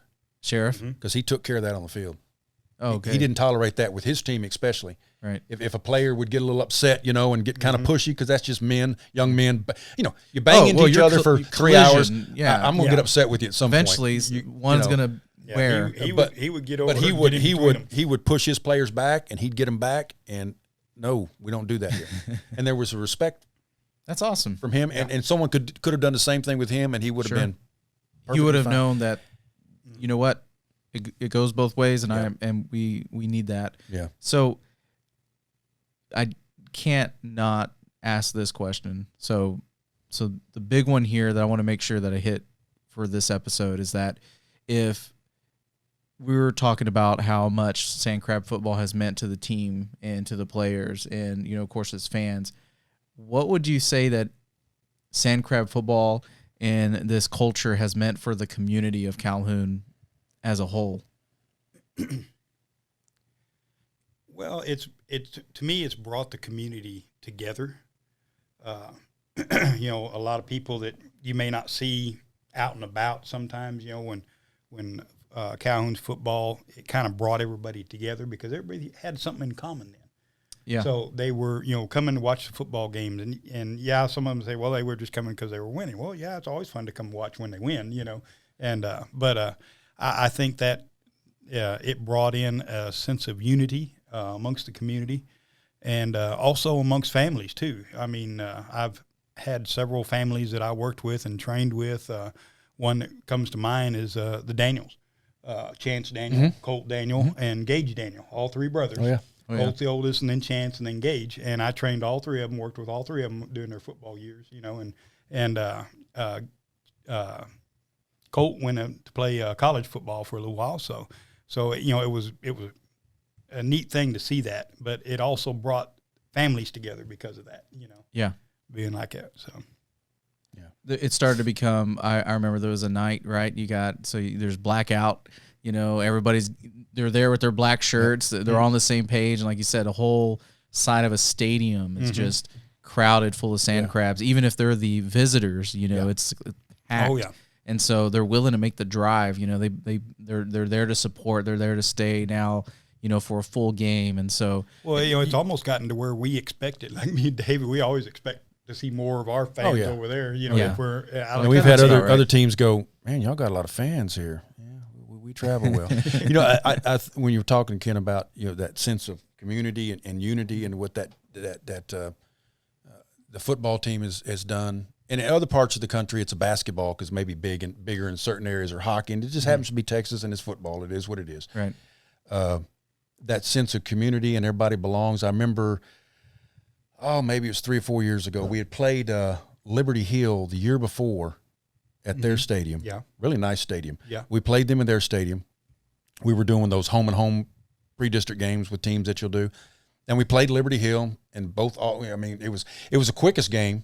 It took longer for me and Ken to drive there than the game. I mean, because we both ran the football and, like, you know, 8 up the clock. The game was over at 9 o'clock, and me and Ken didn't. What do we do for another hour? We don't know what to do. You know, it was just that kind of. So we played them, and then next pre-district, they were going to come play us at our stadium. It's just the way you do those home and home. And that was that year that the young man for Liberty Hill, he was a football player. He wasn't on varsity. He was like on the JV maybe, and had a ATV accident, a four-wheeler accident, and ended up dying. Oh, my gosh. And so this was like the week of the football game. Yes. The week of the football. So that was tough, and they traveled to play. And we're Calhoun fans. We're going to show up. But their colors were red, I believe, or something. This young man's favorite color was red. Yeah. And so the word got out that this young man's favorite color was red. And this is a visiting team that we've played once. It wasn't like it was Cal Allen that we have a history with, or Gregory Portland, or one of the Victoria schools, or someone close like in Cuero where people know each other. This is a team north of Austin. And some people in the community found out that this kid's favorite color was red. Calhoun fans wore red. Yes. Yeah. Yep. You can't. There's no mistaking the heart that is in our town to do something like that. Oh no. Yeah, and just that support for. And I don't even think the family was there because, you know, they were burying a son. There was things bigger than football. Trust me, I know this. Bigger than football. But that didn't matter. The community came together and said, we're a community, we will support you. Yeah. Honor that. And that's it. Without a culture, people don't care. Without a certain culture, people don't care enough about somebody else. Yeah. You know, whether that is around a football team or your work or a church, if you don't have that community, then people just don't care. Right. You know, and I think that's what the football program has done here in Whitaker through the other sports programs as well. That I think you saw the football program elevate and it pulled up. Yeah. The girls weightlifting team would not have won 13 straight state championships without the coaching staff that came with Whitaker. Right. And he didn't coach them girls. 13 straight. Yeah, 13 straight's nuts. I don't know why we're talking about dynasties. Why we're not the best team that's ever put on a uniform in the girls' weightlifting, I don't know. We should be considered the best. I mean, Tom Brady is trash compared to the girls. I mean, really. I mean, you're like 7 rings, 13 in a row. We didn't skip any. You know, so but it's just that elevation, rising ships, rising waters, float all ships. I probably butchered that paraphrase. Right, but like you said, there was everything elevated, and like you said, you're able to care about things too, right? I would imagine. I mean, if we got a group of future men coming in that are being, you know, not just taught how to perform on the field, but their life lessons. And because of that, then they're able to invest in something and have patience and able to build, you know, those kind of virtues and convictions. And, you know, belief is a beautiful thing. Faith is a beautiful thing. Yes. And if you're able to see something with your own eyes bloom and take shape and take form, you're able to start to connect. You know, you're able to find that connectedness to say, okay, if I found this experience to be of like value and worth of my time, maybe there's other experiences in life that I can also believe in and invest in and to build on. Because that we talked earlier that unless you're a professional athlete, that's a short time span in life. Unless you go on to play whatever professional sport up into your 30s and 40s, that's a short time span. But the family you raise is forever. And so the work you put into your kids, and, you know, I got 5 kids and 16 grandkids. I checked my wife. I got so many grandkids. I don't know what I think people just start giving me grandkids. I don't know they just come up to you. Hey, you look like you need some more. But, you know, but if the work isn't there, you don't see the end result of that. Yeah. Right. You know, and it's that if you put in the time for a short period of time in a sport, whether it's football or basketball or weightlifting or baseball or whatever that sport, soccer, doesn't matter. You put in the effort at a young age, then you learn the life lessons that when things get tough, you can make it through. Because it may sound trivial to some people that have never been involved in a sport, but, you know, I remember that one football game, we were down by 3 touchdowns, and we got in the huddle, and the quarterback said, "Guys, we're not losing this football game." And we did it. So when I'm in this period of life, whether it's family or something that's a struggle, you can stop and go, we can do this.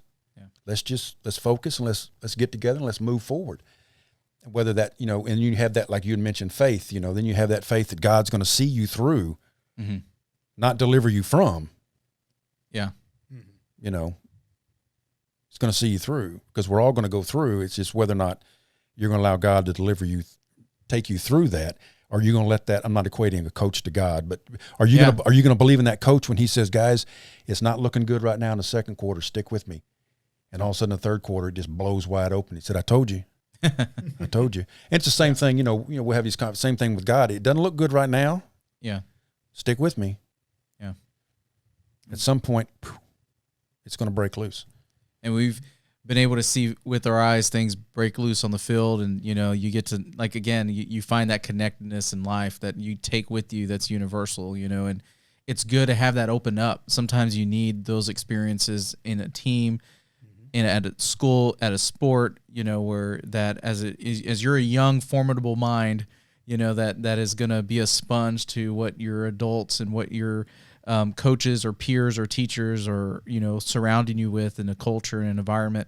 Those are the values that are worth internalizing. And so, man, I have to say, I'm stoked again, because it's fun to watch us win games, but it's also fun just to know that we have that here in our city, in our town. And so to me, you know, I just want to thank y'all too, because that's y'all's role as well. I mean, you know, you're fostering this culture by hearing your voices, you know, now, you know, hey, they can see your faces too, but I'm sorry. Whether or not that's, here, move that microphone. Just Ken has a face for radio. Yeah. And, you know, what y'all do, I mean, it matters. It has an imprint in our community. So, you know, I'm glad y'all been able to see some really cool stuff, but also, you know, you're part of what we're experiencing too from our end, and we need that. Oh yeah. Yeah. It's been it's been a great ride. Every once in a while, about every 2 or 3 years, football, the radio guy at the radio station will call me, usually about every June or July, and he'll say, "Well, David, this is Trey. You gonna do football again this year?" And I'll say, "That's up to you, Trey. It's your radio station." "Oh, no. We want y'all. We want you and Ken to do football." And maybe every 2 or 3 years, I'll look at my wife sometime in the spring and go, I don't know if I want to do it this year. I've been doing it and there's going to come a time where I stop. Sure. And that kind of time is going to come when my grandkids get older and they're starting to play Friday Night Lights. And I love my Sandcrabs, but I love my grandkids more, so I'm going to go watch them. So Ken's going to have to get in his cane in his wheelchair and get up there. Maybe he get you up there with him. Get back in, yeah. But I'll say, I don't know if I'm going to do it this year. There's travel. You go to all the away games. You go here. You do this. It takes up, for Calhoun, it takes up 14 weeks of your year. Yeah. And my mom is like, y'all coming up to see me this weekend? No, I got a football game. She loves the Sandcrabs too. So she understands. But she understands, and then I'll go, I don't know. And then that first, you get to that stadium, the first game, and the sun's in your eyes, and you get to put the headset on, and you sit down. Yeah, that's right. The stadium here is terrible. Yeah, I don't know who the architect was, but he should be fired. Yeah, but a lot of times for the first quarter, we have no clue who has the football. We're just making stuff up as we go. Right. But you get there to the stadium, and you see the people coming in, the kids are warming up, and you're thinking, man, it's football again. Right. For this 3 hours of time. Life is perfect. Mm-hmm. Even if you lose, life is perfect. I'm sitting up there with a friend of mine, Ken, or I've got somebody else like Haynes that's up there with me. Yeah. These are friends. These are men that I respect, and they're up there with me, and we're just having a good time. And if you happen to listen to it, that's fine. But we're going to have a good time. Yeah. And, Yeah. For me, when it kicks in is when we're sitting there in the very first game, first of the season, and then you hear it on the headset up there. You'll be on in 10. Yeah. And it's like, okay. So I'm sitting there. He's counting me down. I'm counting them down. Okay, let's go. And then I got to remember where we're at and who we're playing. And, we don't – Calhoun is not somebody else because I mess up things all the time. Man, sometimes we have some doozies. We were playing some of the team we played last week one time. Half the game I was calling. We played them last week, Dave. Yeah, well, it was such a good game last week, but I just tend to get excited. I get excited about Sandcrab football. And a lot of times I'll get home from a game, my wife, especially if it's a away game, and she'll listen to the game on the radio or something, and I'll walk in the door and she'll shake her head and she goes, I can't believe you said that. And I went, on the radio. What did I say? And she goes, I can't believe you said that. I'm like, what did I say? Because sometimes I'll just say something and Ken looks at me like I'm talking to an idiot here. but we enjoy it. Yeah, that's it. So we're going to do it, as long as we enjoy it, Yeah. And next season, there you go. we're going to get you up in the booth with us, and you're going to do a game. Oh, my goodness. Okay. Oh, you'll love it. Oh, it's fun. Man, but you have to talk. I have to talk. Okay. Because the cardinal rule with radio. Yeah. There is no dead air. Yeah, you got to keep it going. You got to. Because I mainly do the play-by-play. That's just kind of what I do. Right. And I've always told Ken, especially if Ken weren't at the game and you were going to fill in. Right. I never had to tell Haynes this. This was never an issue. But I would tell you, if I stop talking for more than 1 second, you have to go. Because sometimes the door opened. The door opened and just go with it. Just let me have it back when they snap the ball. Mm-hmm. Now, Haynes, on the other hand, I have to tell him, when I start talking, you have to stop. Yeah. We love Haynes, but he gets into it. Or a lot of times we'd have 3 of us in the booth and we're stepping all over each other, and I finally say, okay, guys. Right. One at a time, because we just get excited. You can get over and hit the mute button every once. Yeah, you can do that. You can hit that mute button. But you have like a little diagram. I'm just still talking away, and it's muted. Yeah, he doesn't care. But no, we just love the sports all the sports programs we love. We love to talk about when we're on the air with football. We love to talk about all Calhoun sports. Yeah, it's not about football at that moment. Maybe it's about football because we're at the game. Yeah. But anytime, girls volleyball wants to come up and talk to us, the weightlift, we don't care. Just come on up and let's talk Calhoun sports. Yeah. And sometimes it's been good, like he's talking about bringing in former players and stuff on there. I remember one time David couldn't make it to the game. I think it was a home game. It might have been a home game that you couldn't make it. And I talked to, asking several of the players and stuff, see if they'd come and play. Right. I'm going to tell off on him. And Boyce Garcia. Mm-hmm. Remember, Boyce was a big lineman. He's big lineman. Big guy. He's great guy. I love him to death. But he come over and I said, hey, would you like to do a football game with me? What do you mean, get up in the radio booth? And I said, yeah. I said, David can't be there this week, so I need somebody to help kind of just step in. Well, I don't know. I said, I can't do that. I said, I'll do the play-by-play. Right. Because David usually does it. But I said, I'll do play-by-play, and you just come in and talk every once in a while, Okay. He come up there. The first 2 quarters, he didn't say nothing. Yeah, just like, dude, you gotta. I'm dying here, I was dying. For air. I was sitting there because we've done games. We both have done games when it's just us. Oh man, man, that ain't It's a fun. lot Boy, it different. is. I mean, that's tiring. Yeah, And probably what the second half you couldn't get him shut up. Yeah, and I come over there and I had water and trying to drink water and trying to still talk and everything on the radio. Well, finally we went into halftime and I turned it back over to the radio station. They did their breaks and their commercials and everything, and I turned the microphone off and I said, "Boys, you got to say something. Yeah, please do I'm say anything." dying.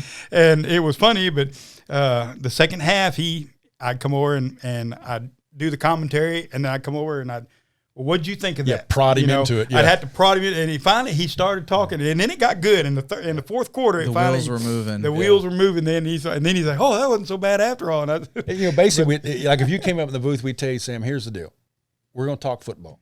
Yeah. Act like no one's listening. Mm-hmm. Right. Let's just talk. Let's just talk football. Or we'll talk about, sometimes I start off on something and Ken will go, there's a game going on. I'll say, I'll get back to that in a minute. But we just have fun. One of my favorite memories of broadcasting, there's been a lot of them. Right. Just through the years with different people. I've had my oldest son do football games with me. He's fantastic. He knows more about football than I ever will. I had a niece of mine do it. She knows more football. Yeah, my niece knows football. She came prepared. We're playing at Texas State playoff game, and you couldn't be there. And I think I couldn't get anybody else. And my niece, my sister lives in San Marcos, so I knew my niece was going to be. It was like Thanksgiving weekend, so I knew Courtney was going to be there. Right. And she loves football. She went to Baylor during RG3's years, so she loves football. Oh man. And so I said, "Hey, Court, come do the game with me." Really? Yeah, come do the game with me. I called her. She comes there with notes. She's prepared, man. She can mess around. So that was fun. And some people asked me afterwards, "Who was that young lady on the radio?" Well, that's my niece Courtney. She's better than you. And I said, "Yeah, she is."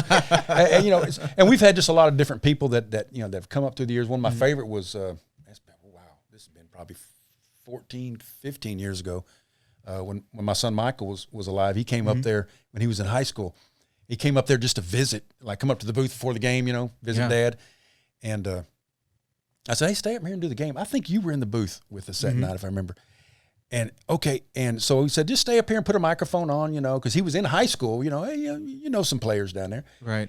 And it was like the first series, and we were talking about the play, and I just kind of and I didn't say anything on the air that, "Hey, my son Michael's with me." Right. A lot of times I'll say, "Hey, I'm doing the game tonight," and Sam Flores is doing the game with me, or my son Josh was doing the game, or whatever. Yeah. Or my son Aaron's up here doing the game. Doesn't matter.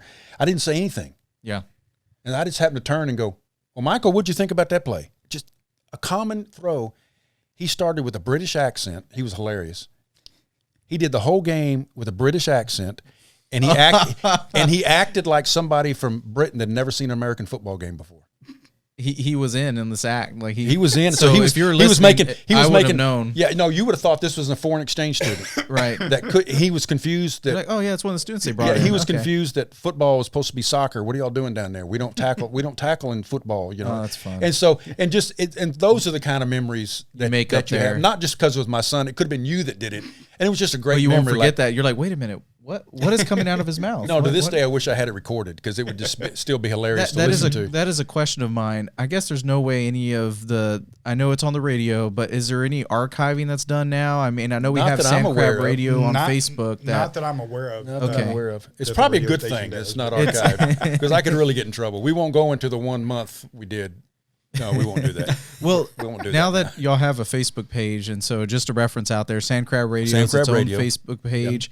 And this previous year, when y'all are having some of the the games and what was on that page, is that something that can still be referenced? Just checking in. Yes. So Yes. that is archived in a way. Yeah, you can go back and actually our radio broadcast is on some of it was, I believe. No, it's on the YouTube, isn't it? It's on the Calhouns.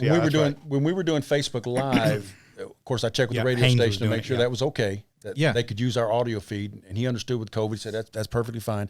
Right. And then at some point during the season, the school was doing a YouTube channel, and they patched into our radio broadcast. Yeah. There you Because go. they were just patched into the stadium announcer, and David Gaskamp does a good job announcing the stadium, but stadium announcing is totally different. I could not do stadium announcing because the opposing coach or our coach would kick me out of the stadium because I'd be calling the play as it's going. Because I'm used to calling, movement here and the guy's open. You can't do that in the stadium. I mean, that's, David does a fantastic job of staying on task, but they were trying to use that feed and it was just kind of a lot of dead air on the, so they asked us if we could use the radio feed, and I checked with the radio station and said, "Hey, can they use it?" And he said, perfectly fine with him. So they were using our radio feed too. So just different venues for people to see the game and hear the game. And so I'll be sure to include that in the show notes, just that we have that ability to connect with that during the season. And any other like places that people can catch Sandcrab football that it's currently, on, whether it's on demand or just during season.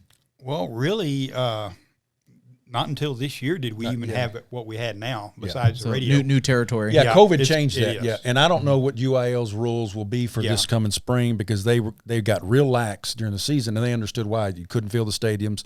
Grandma couldn't see grandson play football, and Grandma was not going to be happy. Right. I mean, they understood that in Texas. Well, the only and so thing they opened that up. The only thing they did stop was any of the postseason, all the playoff games. Yeah, because those were you couldn't live stream those, because they had some contractual business agreements with Fox Sports Southwest, and I understand that. French brought that up, and and I understand that. Yeah. I mean, that's people have paid money, and I work in a business world, and if I pay money, I expect a return, and I didn't have a problem with that. But, So I don't know if UIL will. It's really going to just depend on COVID restrictions. Okay, this year. And the radio station they can catch you guys on during the season. KNAL 93.3.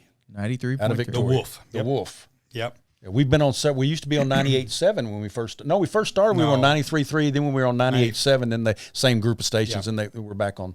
And we were KPLV at one time. Then we're now KNAL.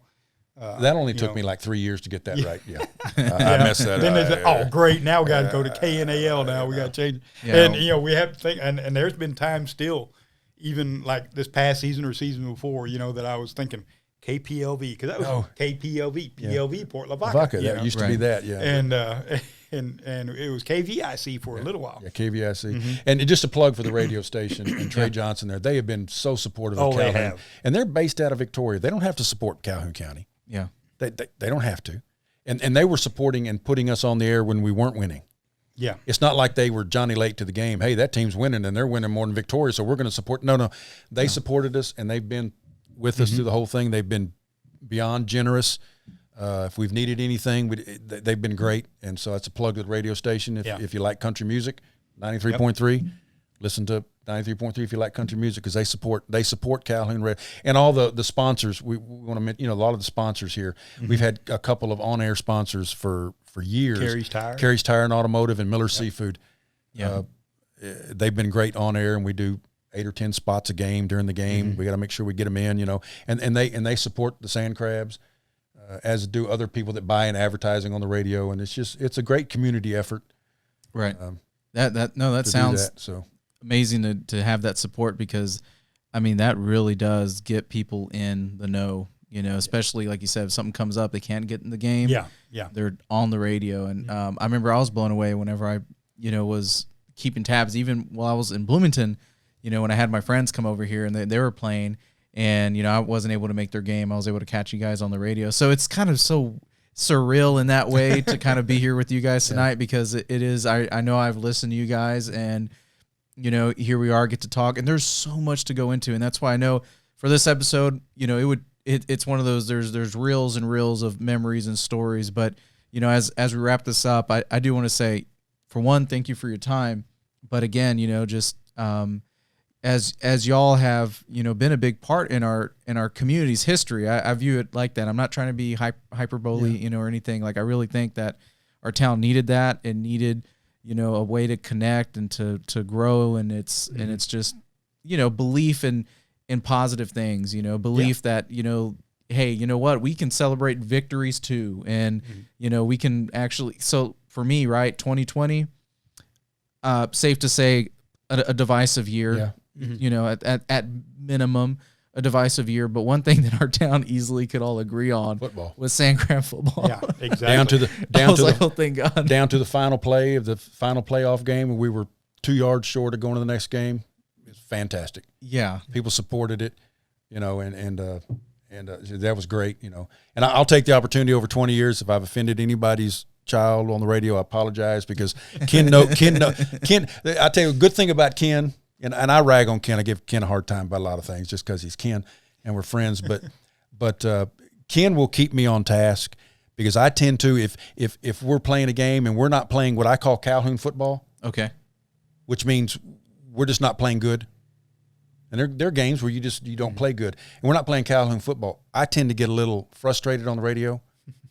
Okay. And Ken tends to give me the look like, hey, dude, remember when we did this and we never won a game? Lighten it up. You know, and so he keeps me – Ken's real good about keeping me on task. If I can keep him awake, he's real good about keeping me on task. Yeah, he has put me to sleep. Yeah, but I tend to put him to sleep. But, you know, but I get that way sometimes because we're not playing Calhoun football. Well, it's an emotional sport. It's an emotion. Yeah, you know, and there have been some games that we have lost, and I could tell you that's one of the finest games we've ever played. Mm-hmm. We just lost. We got beat by a better team. That's it. I do not mind getting beat by a better team. You should be beat by a team that's better than you. That's the way it works. Right. Yep. Not that you gave it away. Or, no, you know, but some of the best games we've played have been deep in the playoffs, and we've taken it down to the wire, and we lost. Mm-hmm. You tip your hat to the other team. Congratulations, guys. Yeah. But you played Calhoun football. You never steered away from Calhoun football. You played it the right way. You did it with integrity and honor. Yeah. You gave it everything you had. You just lost. Right. And we talk about that's just life lessons. Yeah. Sometimes you can give it everything you have and you lose. Yeah. In that moment you lose. You may not lose in the long run, but you lose. But you're learning that there's still a next play or a next game, or if there's, you know, you're out of high school but there's a next move, a next step, and you know that discipline is going to carry you through. You don't let that loss define who you are. Exactly. And those are life. I mean, those are just, you know. Yeah. Hey, look, you know, this isn't a slam at Bloomington or you know, or just the coaches there, or the players I played with, because I played with some really phenomenal players. But yeah, those seasons that were tough, and you know the wins didn't come, or you know you name it, there was transitions in leadership or what have you. You know, there was definitely a lot of things that I did learn and appreciated. You know, as far as just saying, okay, you know what, here's what I can take from this and at least apply to life. You know, maybe it didn't apply in the way I would have loved to on the scoreboard per se, or, you know, maybe there were some memories that I wish I was able to make, you know, by not having playoff experience and that kind of thing. But, you know, we played other teams. You kind of glean some things. You learn from their culture, what they bring. And so from someone who kind of had a different kind of experience, you know, and kind of seeing this from, you know, that lens, you know, I'm wearing this lens here.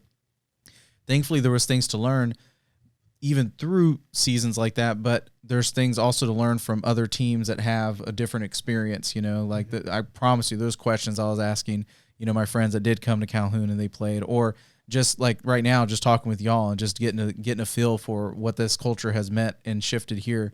You know, we get to learn from that. And so, you know, that to me, again, I'm appreciative of y'all's story, because I think it makes, again, our community better. Yeah. And then, like you said, life lessons is key. So, hey, you know, as we break off, I just want to say, Ken, keep doing what you're doing, man. Thank you. You know, appreciate you making time. And then same here, David. Yep. You know, everything that y'all do, you know, keep it up. And, you know, I look forward to, you know, as paths cross, whether it is in the booth or we're going to get you up there. Okay, I don't have a choice. No, you ain't got a choice. You have no choice now. You're roped in. You get a microphone and away we go. Cool. Yeah, well, it'll be great. And you guys, man, you know, I would happily do this again if you guys have other things that come up or stories, you know, that are, you know, pertinent that you're willing to share.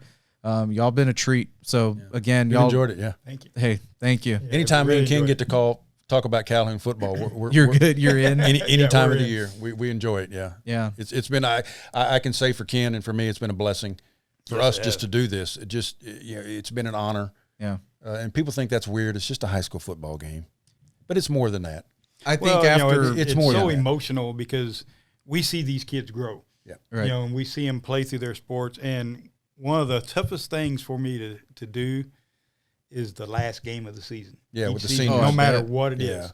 You know, no matter if it's a playoff game or if we made it to the semifinals or whatever, that's always one of the toughest games because you see those kids and you know some of them kids and they know too that, hey, this was my last football game I'll ever play. Good point. Yeah. And it makes it emotional, but it, like David said, it's such a blessing that we get to see these young men grow up and become the men that they are. Yeah. And that's the thing. You know, Coach Witt's program builds character in these kids. Yeah. I mean, I still see Tyler McAfee around town, and he was the first kind of big quarterback Whitaker had. I still see he lived 2 houses. Parents lived 3 houses down from me for years. I still see Tyler around town. Yeah. And to this day he still calls me Mr. Barecky, and I tell him too old to be calling me that. You're too. Yeah, you know, you're not young anymore, you know, that type of deal. But you still see those type of players around, and you know, and there's still that camaraderie you have, that little contact we had with them. Not a whole lot, you know. We're not saying we're with the team every week. We're not down with them, but there's that recognition that, you know, we were together with something. I was in a small part when you played in that track meet in the Alamo Dome, Tyler. And, you know, I'll still tell people to this day, if they ask me who my favorite player is, and it's no slight to any other players, Tyler McAfee, because he was the first real captain of Whitaker's teams that really took them someplace and showed the Joseph Vargas and the Hunter Borms and the Marshall Batts and the Ezels and Jerry Stewart's how you played the position. Right. If you played the position like Tyler, you'll be successful. And Steve Johnson even has that now. You play like Steve Johnson, who played like Brandon Griffith several years. You play it like that. You commit like those young men committed. You're going to be successful. Yeah. You can't help but not be successful. You'll be successful in spite of yourself. Right. You know, you'll be successful in spite of the fact that you went offsides 3 plays in a row. You're still on the 4th play. I'm going to pancake you 40 yards down the field. And it'll make them successful years down the road. Years down the road, it turns whatever they decide to tackle and what they decide to do with their life, whether career wise and stuff like that, they'll always be successful. Yeah, man. Again, pleasure, guys. Enjoy it. And until next time, the inevitable, you know, paths that we'll set up together. I mean, I look forward to it. But again, thanks for y'all's time, and y'all be safe out there. We'll do it. All right. Thank you. Appreciate it.